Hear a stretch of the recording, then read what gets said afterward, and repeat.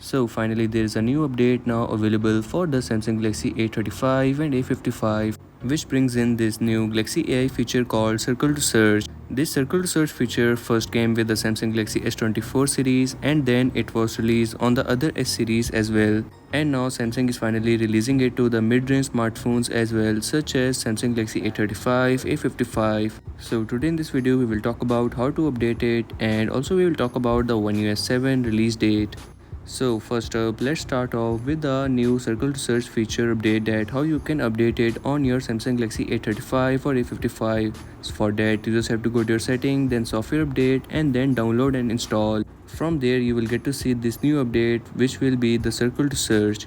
This update will bring in the new Circle to Search feature, and it will improve the device stability and bug fixes.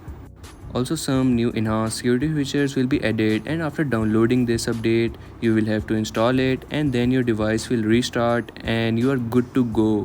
From then you will get to see this new Circle to Search feature. For that you just have to simply long press your home button, and that's it.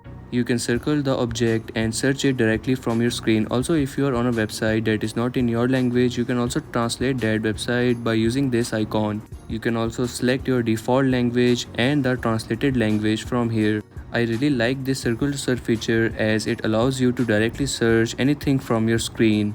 And now if we talk about the One UI 7 release date, so both the Samsung Galaxy A35 and A55 are included in the device list of the One UI 7. And talking about the release date, so the Samsung's developer conference is to be held on the October 3rd, and most probably according to the rumors we will get to see the One UI 7 update after that.